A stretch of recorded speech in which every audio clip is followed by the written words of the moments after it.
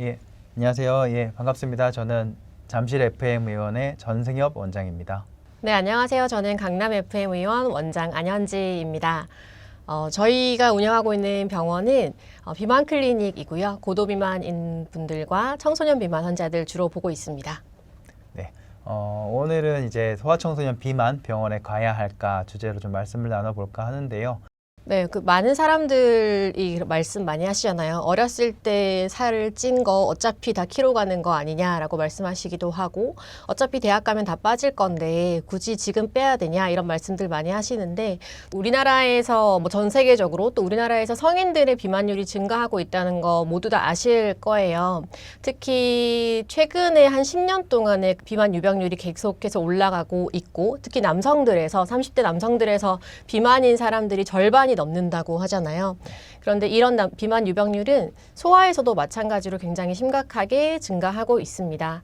10년 전과 비교하면 그 유병률이 올라갔을 뿐만 아니라 특히 코로나19가 굉장히 유행했을 때 과체중과 비만을 합한 비율이 30%를 넘었었고요. 그 뒤에 약간 주춤하고 있긴 하지만 그 뒤에도 이전과 비하면 계속해서 증가하고 있는 추세이고, 특히 초등학생, 저학년, 고학년들의 비만 유병률이 굉장히 올라가고 있고, 전통적으로는 남자아이들의 비만율이 굉장히 높았거든요. 근데 최근에는 여자아이들도 비만율이 굉장히 올라가고 있다라고 생각이 들고, 사실 또 진료실에서 느끼기에는 이런 숫자로 보는 것보다 굉장히 더 심각하게 다가올 때가 많잖아요. 예전에는 한 8, 90kg 되면 많이 나갔다라고 했었는데, 최근에는 중학생, 고등학생들 친구들은 100kg 넘는 친구들 정말 많고, 120kg, 150kg 넘는 고도 비만인 친구들도 사실은 정말 많기 때문에 숫자로 체감하기 어려운 부분들이 실제로 진료실에서는 더 많이 느껴지지 않나라고 생각이 듭니다. 중고등학생들 진짜 세 자리 친구들 많고, 초등학생은 그래도 한 60에서 80 정도면 많이 나가는 거잖아요. 네, 맞습니다. 네. 많이 나고. 또 어떻게 그냥 쉽게는 어떻게 느낄 수 있냐면은, 동네에서도 한 3명이 아이들이 지나가면 그중에 한 명은 조금 통통하지 않나요?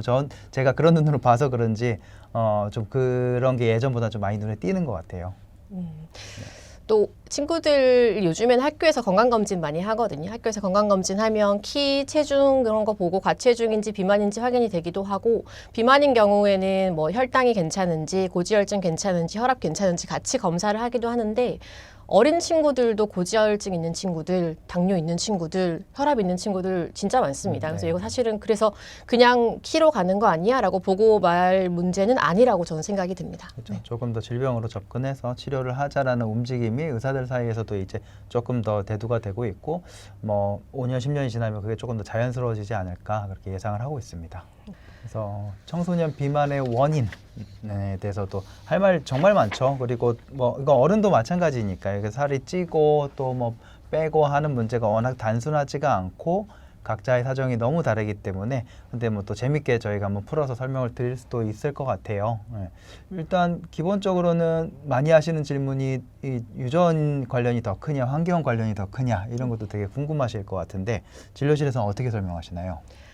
유전적이다라는 말이 조금 어렵게 들릴 수도 있어요. 어떤 실제로 유전자의 변형이 있는가, 어떤 염색체 이상이 있는가라는 의미에서 유전적이다라는 것은 사실 그런 경우가 없지는 않겠지만 굉장히 극소수이고, 가족력이 있는가, 비만의 가족력이 있는가를 본다면 그런 부분에서는 유전적인 요인이 사실은 굉장히 큽니다. 예를 들어서 부모님 두 분이 모두 다 비만이면 아이가 비만이 될 확률이 아닌 경우에 비해서 15배가 높거든요. 엄청 크네요. 이 가족이 주는 그런 환경, 생활 패턴이 비만을 만드는 데 굉장히 큰 요인이라고 보시면 될 것 같습니다. 일단 또 크게 구분하자면은 관심이 있으신 거는 식사와 운동에 대해서 관심이 많으시죠. 그리고 이제 접근은 보통 운동으로 시작을 하려고 합니다. 아이들 태권도 시키는 것부터 해서 점프하는 거 시키시기도 하고, 헬스장 먼저 보내시죠. 헬스장 먼저 네. 보내시고, 그게 접근도 훨씬 쉽고, 또 일단 병원에 간다라고 하거나 다른 접근보다는 훨씬 좀 자연스럽기 때문에 그렇게 하시는 거는 어른들도 마찬가지고요. 예. 근데 또 식사 그 부분에 대해서도 좀 짚을 부분이 많죠.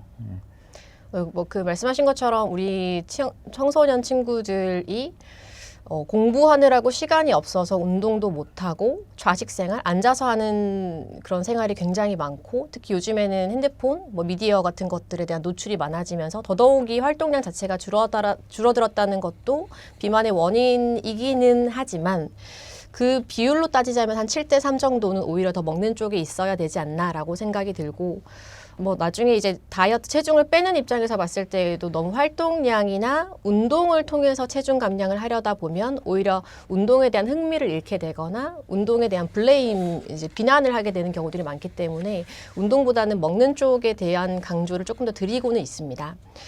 먹는 것들에 대해서는 사실은 뭐 초가공식품에 대한 이야기를 안 할 수가 없는데 요즘에는 사실 한 3살, 4살 넘으면 놀이터에서 이제 과자, 초콜릿, 사탕 이런 것들 초가공식품에 대한 노출이 되게 시작이 되는데 그 초가공식품 초콜릿 딱 먹고 나면 애들 눈이 딱 반짝 하잖아요. 이게 그때부터 단 음식에 대한 노출, 우리 요즘 흔히 이야기하는 그 당 중독, 음식 중독으로 시작이 된다라고 저는 개인적으로 생각을 하거든요. 그 전까지는 아기들은 배가 고파야 음식을 먹는 그런 자연적인 섭리 속에서 살았는데 가공식품, 초가공식품에 노출이 되면 배가 고프지 않아도 음식을 먹게 되고 음식을 먹게 되면 더 먹고 싶은 그런 욕구가 생겨나는 시기가 되기 때문에 그런 초가공식품에 대한 노출이 굉장히 비만에서는 크다라고 생각합니다. 일종의 도파민 회로를 자극을 하는 거죠. 네, 그래서 맞아요. 설탕이 작용하는 영역이 그쪽이고 그건 사실 어른들도 마찬가지인데 그게 풍부하지 않았던 시절에 비해서 시작이 훨씬 일러진 거고 또 그거에 대한 그런 음식에 대한 접근성이 너무 좋아진 거죠. 그래서 뭐 초중학생들 같은 고등학생들도 마찬가지지만은 편의점에 들어가는 횟수라든지 거의 뭐 학교 갔다가 학원 가는 길에 한 번씩 들를 수도 있고 또 뭐 저는 또 비슷하게는 우리 음료수 파는 좀 저가 커피숍들이라든지 이런 데도 접근이 좋아서 그런 거 매일 또 한 잔씩 마시게 되면 좀 문제가 될 것 같은데 그런 음료수에 대한 문제도 좀 있죠. 네, 음료수 사실 전 원장님이 맨날 하시는 말씀인데 우리가 콜라 사이다 나쁘다라는 건 다 알거든요. 근데 뭐 버블티, 프라푸치노 나쁘다라는 거는 다 사실은 크게 경각심을 가지지 못하는 경우들이 많아서 오히려 학교 앞에 있는 그런 음료 파는 가게들이 아이들에게 굉장히 열려 있다라는 그런 카페 문화가 사실은 가장 큰 문제죠. 네. 네. 그게 또 어떻게 설명드리냐면은 사실 뭐 콜라 사이다는 또 표기가 되어 있기도 하고 그거야 뭐 부모님들이 좀 안 먹이려고 하시긴 하지만은 학교 끝나고 그런 커피숍 들리는 거 하는 것들에는 표기가 안 돼 있어요, 당류가. 네. 근데 또 점점점 음료들이 달아지고 하다 보니까 당류가 거의 한 잔에 100g 이상 들어간 것들이 꽤 많아서 뭐 그러면은 기본 뭐 콜라 한 4-5잔 분량이거든요. 근데 그거를 집에 갖고 오는 것도 아니니까 모르실 수도 있어요, 집에서. 근데 매일 한 잔씩 마시게 되면은 실제로도 그냥 매년 뭐 10kg 이상 찔 수 있는 그런 정도의 당류인 거고요. 그래서 사실 그런 거에 대한 규제 혹은 뭐 교육 같은 게 더 있었으면 좋겠는데 제가 알기로는 뭐 그런 게 학교에서는 당류에 대한 경계나 이런 거에 대한 교육이 따로 없어서 조금 안타깝게 생각을 하고 있습니다. 네, 이야기가 나온 김에 조금 더 그런 가당 음료에 대한 말씀을 드리자면 저는 우리나라도 뭐 다른 나라들, 남미나 뭐 멕시코나 영국이나 이런 나라들처럼 청소년 아이들에 대한 단 음료 혹은 뭐 에너지 드링크 음료 이런 것들에 대해서는 확실히 좀 규제가 들어가는 게 맞다라고 생각을 합니다. 뭐 설탕세도 그렇고. 네. 실제 불과 얼마 전이긴 한데 한두 달 전에 아마 영국에서는 청소년 대상으로 에너지 드링크 판매는 못하게 네. 했다고 하더라고요. 그리고 그 말씀하신 국가에서는 이미 설탕세가 시행되고 있는 국가인데 우리나라도 이야기는 조금씩 나오고 있긴 한데 본격적으로 도입 얘기는 없지만 결국에는 좀 진입 장벽을 좀 높여서 그런 것에 대한 설탕 뭐 혹은 가당 음료에 대한 소비를 좀 줄이려고 하는 움직임들이 조금씩 있긴 합니다. 네. 그렇다면 이 고칼로리 음식이랑 또 비교를 하자 그러면은 단 음료가 더 나쁜 게 맞죠? 저도 사실 제가 제일 좋아하는 음식은 햄버거랑 피자거든요. 뭐 우리 흔히 얘기하는 고열량 음식, 살찌는 음식 제일 좋아하는데 그런 음식들이 살이 안 찐다는 건 아닌데 그런 음식들은 사실 제한해서 먹을 수 있고 우리가 식사처럼 먹으면 일주일에 뭐 한두 번 먹는다고 해서 비만으로 가지는 않아요. 그런데 되게 음료, 초가공 식품은 사실은 좀 다르거든요. 그런 것들은 오는 친구들 중에서는 제로 음료를 물처럼 마신다라고 하는 친구들이 사실은 정말 많아요.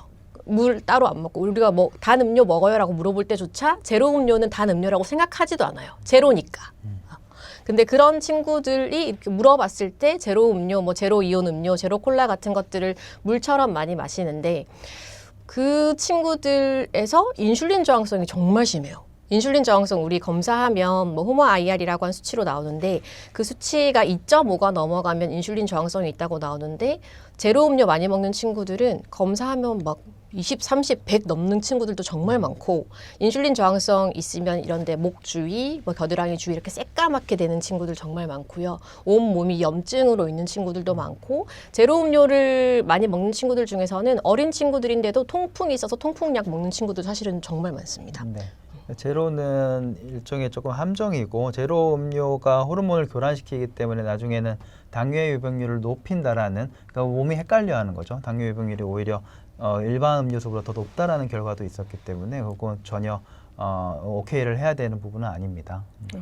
저는 제로 음료는 사실 단맛에 대한 역치, 입맛의 변화를 가져올 수 없다라는 것에 함정이 있다라고 사실 제 개인적으로는 많이 생각을 해요. 우리가 단맛에 계속 노출이 되면 계속 단 거 먹고 싶잖아요. 나중에 밥 반찬 고를 때에도 불고기랑 뭐 제육볶음이랑 갈비 먹을래? 아니면 그냥 고기 구워서 먹을래? 하면 누구든지 더 양념된 걸 먹고 싶게 만드는 게 그런 단 음료, 제로 음료의 함정이라고 생각을 하고 뭐 햄버거집 가면 다 제로 음료를 먹어요. 그럼 제로 음료를 먹으니까 나는 조금 더 덜 살찌게 먹는다라고 해서 나도 모르게 다른 음식들을 더 많이 먹게 된다라고 하는 그런 연구들도 일종의 있죠. 조금 작은 면죄부가 되는 거죠. 네, 약간. 맞아요. 네.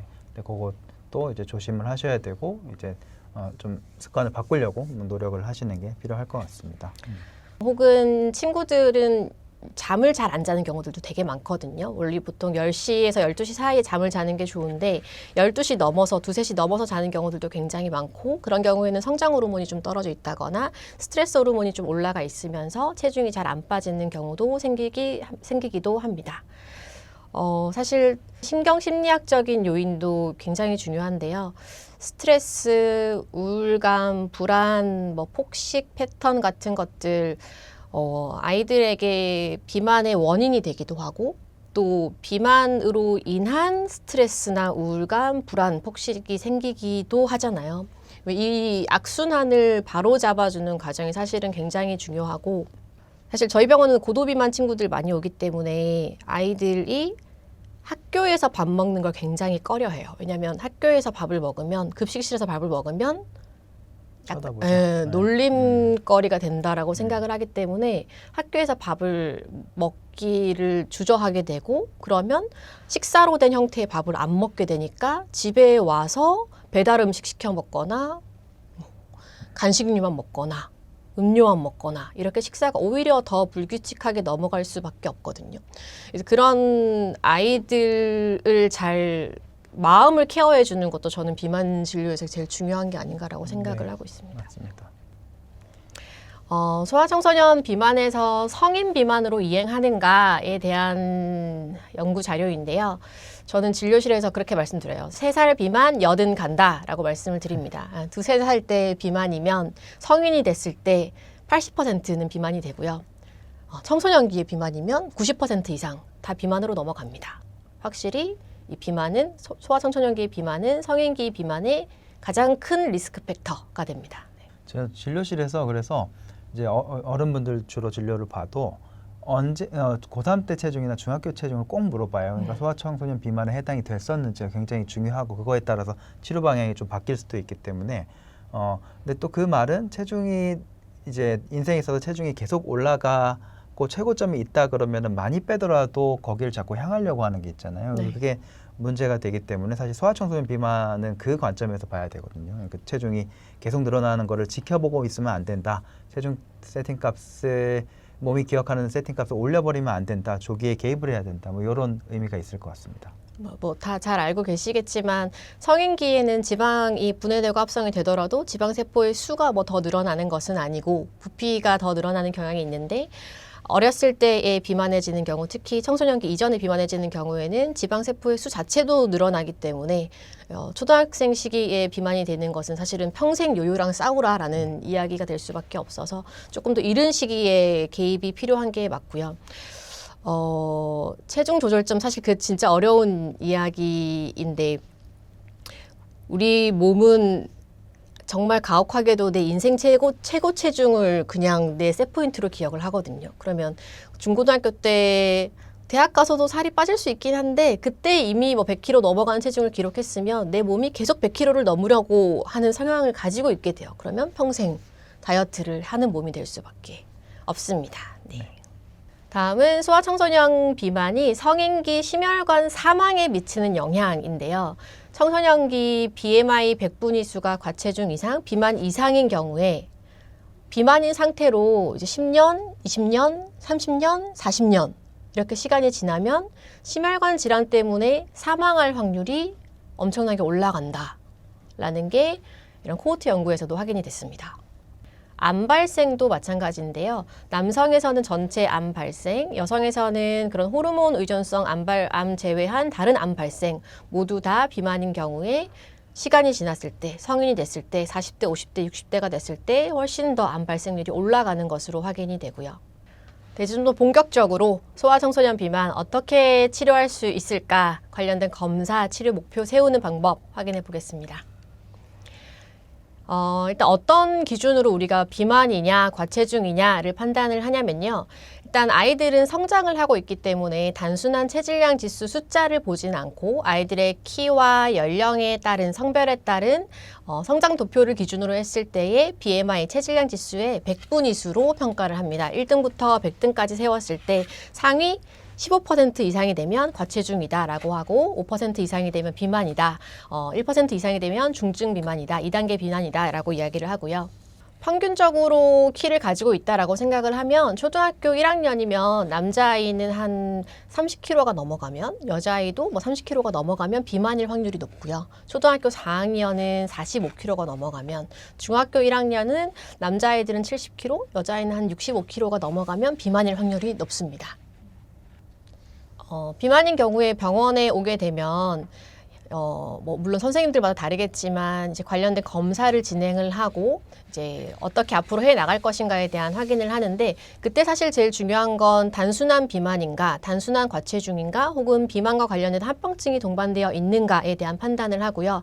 거기에 따라서 이제 생활습관 교정을 시도를 해보고 그럼에도 불구하고 체중이 더 계속해서 올라간다고 한다면 약물 치료를 시도해 보기도 합니다. 소아청소년 비만에서 가능한 약물 치료는 다음과 같은 것들이 있는데 올리스타트라고 하는 지방 흡수 억제제.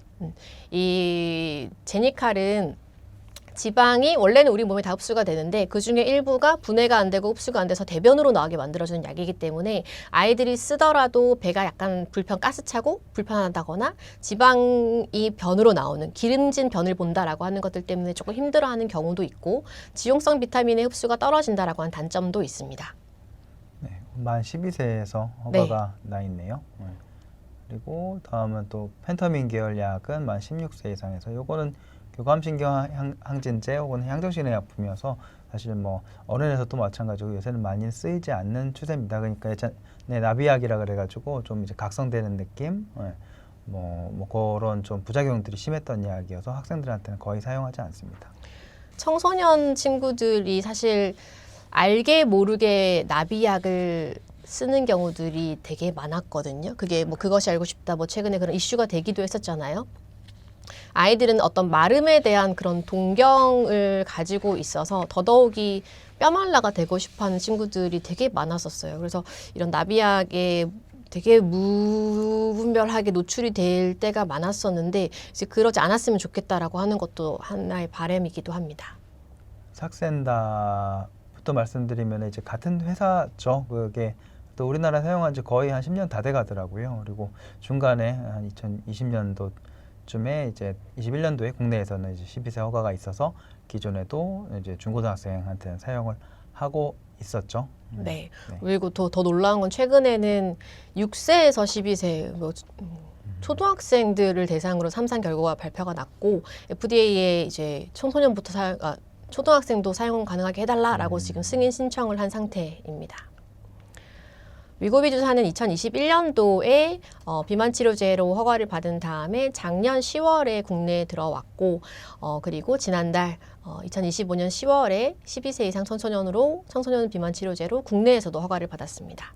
삭센다 주사는 매일 맞는 GLP-1이고 위고비 주사는 그 반감기를 늘려서 일주일에 한 번 맞는 주사제인데 주사를 맞는 횟수의 차이도 있지만 체중 감량에 대한 효과도 굉장히 차이가 크잖아요. 삭센다는 청소년에서 썼을 때 사실 체중 감량이 된다라고 보기 어려울 정도였었거든요. 체중이 한 2%, 3%밖에 사실은 안 줄긴 했어요. 근데 뭐 그게 의미가 없는 건 아니에요. 왜냐하면 청소년기는 원래도 체중이 오르는 시기여서 약을 안 쓴 친구들은 체중이 많이 올랐고 삭센다를 쓴 친구들은 체중이 조금 떨어졌다의 경우였었거든요. 근데 위고비, 그 세마글루타이드에 대한 연구 스텝틴즈에서는 위고비를 사용한 군에서 체중이 14.7%가 떨어졌다.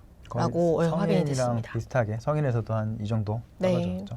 그리고 베이스라인이 이제 체중이 거의 100kg가 넘어가는 친구들이었어가지고 뭐 그렇게 결과가 나온 것 같기도 해요. 네, 이 연구에 포함된 친구들은 이미 사실 2차 성징이 다 발현된 이후의 아이들이기는 했지만 부작용으로 봤을 때의 대조군과 위고비를 사용한 군을 비교를 했을 때 성장이나 2차 성징 발달에는 큰 차이가 없었다라고 확인이 됐고요. 가장 큰 부작용은 성인이랑 마찬가지로 위장장애이긴 했어요. 메스껍고 더부룩하고 토하고 변비가 생기거나 설사를 하거나.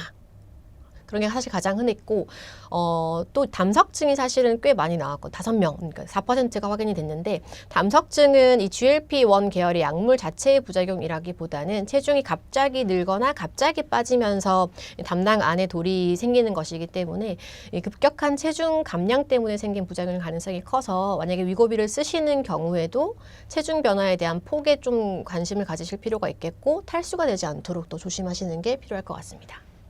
네, 그러면은 이제 또 그 고민도 하실 것 같아요. 그러면은 우리 아이도 체중이 좀 나가는 것 같긴 한데 이거 위고비를 반드시 써야 하느냐? 네, 이거는 어떻게 대답을 해드리면 좋을까요? 비만인 청소년에서 위고비를 반드시 써야 되느냐? 뭐 안 쓸 수 있으면 안 쓰면 좋습니다. 하지만 내가 식이요법도 해보고 운동도 해보고 했는데 체중이 내려오지 않는다. 그러면 비만 때문에 생길 수 있는 사실은 건강의 문제점들이 훨씬 많거든요. 위고비가 단지 그 위고비 주사가 어떤 부작용을 가지고 올지 몰라서 그게 두려워서 안 쓰시는 거라면 저는 비만에 대한 치료를 하는 게 맞다고 생각을 해요. 왜냐하면 비만은 사실은 질병으로 봐야 되거든요. 우리가 혈압약이나 당뇨약 쓰는 것처럼 비만도 비만 치료제를 쓰는 게 맞다고 생각합니다. 네, 조금 이제 기조가 달라지는 거죠. 그러니까 네. 예전까지는 그러니까 뭐 좀 지켜보자, 뭐 키가 클 것이다, 뭐 이런 기조였다. 그러면은 의사들도 이런 약제가 없었으면 모를까 등장하고 소아청소년 허가가 났다라는 건 더 이상 지켜보지 말자라는 거거든요. 네. 그러니까 뭐 학업도 중요하고 뭐 특히나 우리나라에서는 외국보다 더 학업 뭐 고3 뭐 그러면 거의 뭐 프리패스잖아요. 뭘 해도 상관이 없는데 고3 학생이 체중이 많이 나가도 되는 건 아니거든요. 네. 그 상태에서 얻는 건강상의 위해가 더 크기 때문에 중고등학생에서도 체중이 좀 많이 나가고 한다면은 일단 뭐 병원의 진료를 먼저 받아봐야 되는 것이고 의료진이 판단하기에 필요한 상황이라 그러면은 사용을 할 수도 있다. 이 정도로 이해를 하실 수 있을 것 같습니다. 근데 물론 비만을 치료할 때 위고비가 그런 만능, 전능의 키는 아니에요. 열쇠는 아니에요. 위고비는 사실 도움을 주는 거잖아요. 내가 이런저런 것들을 할 때 나의 의지에 도움을 주는 그런 부스터 역할을 하는 거지 그 주사만 맞는다고 해서 체중이 확 빠지거나 정상 체중으로 간다거나 비만이 완전히 낫는 건 아니거든요. 비만은 만성질환이라고 하는데 계속해서 재발하고 진행하는 성격이 있어요. 그럼 약을 끊으면 다시 체중은 원래대로 돌아올 수밖에 없어요. 그러면 이 약을 계속 쓰거나 약을 쓰는 동안에 내가 그 살아가는 생활 방식을 계속해서 변화하려고 하는 그런 노력이 있어야 되고 위고비는 그런 변화의 노력을 조금 더 도와주는 역할을 해준다라고 생각을 하셔야 됩니다. 소아청소년 비만은 지금이 끝이라고 생각하시겠지만 그게 끝이 아니에요. 우리 딸 왜 100kg가 넘었어? 내년에는 120kg 되고 그 후년에는 150kg 돼요. 이게 정말 상한선이 없거든요. 애들 체중은 끝없이 올라가기 때문에 반드시 중간에 중재가 필요합니다. 엄마 아빠들이 생각보다 청소년 친구들이 비만이면 죄책감이 되게 많아요. 나 때문에 우리 아이가 그렇게 됐다라고 생각을 되게 많이 하시고 진료실에서도 사실은 되게 많이 우시고 아이랑 같이 진료실에 못 들어오시는 분들도 진짜 많고 그게 또 아이들이 또 뭐 우울감이나 불안감이 있어서 이제 정신과 약물 치료를 받고 있거나 그런 경우에 더 심하죠. 어제도 저 상담만 하고 가신 엄마가 있었는데 이제 첫째 딸 비만 상담을 하고 나가시면서 사실은 더 문제는 저희 둘째 딸인데요 라고 하셨어요. 중2인데 100kg가 넘는 여학생이고 뭐 삭선돼도 안 됐다. 뭐도 안 됐다. 한약도 써봤는데 안 됐다. 어떻게 할 수 있을까에 대한 이야기를 했거든요. 저는 일단 무조건 병원에 데리고 오는 게 제일 중요하다고 생각을 하고 어머님들이 생각하시기에는 아이들이 병원에 오는 거 너무 싫어하지 않을까요? 생각하시지만 병원에 오는 거 생각보다 되게 좋아해요. 병원에 와서 진료하고 일주일에 한 번씩 체중 재면서 그런 성취감을 느끼는 것도 아이들한테는 되게 큰 동기부여가 되거든요. 그래서 저는 병원에 오시는 게 사실은 무조건 이득이다라고 생각하고 있습니다. 네, 오늘 그래서 이 소아비만, 소아청소년 비만 진료 관련해서 저희 의료진으로서 이제 좀 말씀드리고 싶은 부분, 걱정되는 부분들을 좀 말씀을 드렸고요. 그래서 실제로 조금씩 바뀌고 있는 분위기고 이제 병원에 오시는 친구분들 그리고 부모님들도 더 많아지고 있습니다. 그래서 좀 고민이 있으시면 병원에 상담을 하셔도 좋고요. 네, 그래서 혹시 또 시청자 여러분 또 궁금한 점 있으면 댓글 달아주셔도 감사하겠습니다.